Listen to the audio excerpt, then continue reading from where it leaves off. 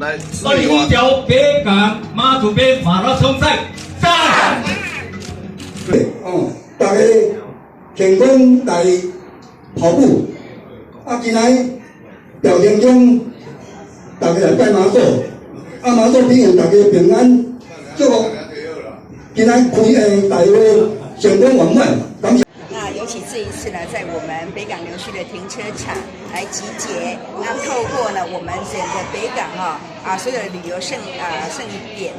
那还有我们北港的小吃能够介绍给所有热爱马拉松的好朋友们那来这里呢，不但可以拜妈祖，还有可以畅游北港，那还有吃美食，所以我在这里特别欢迎大家来到云林县的北港镇。2019北港马拉松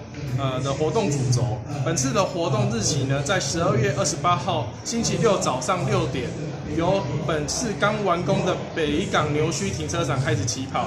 这次赛事呢，分为全马42公里及半马21公里及10公里的挑战组，还有我们最快乐组别5公里家庭休闲组。那我们也是延续之前的传统，每年的北港马拉松的参赛者都可以拥有得到一份日新堂的大饼，还有野俗家的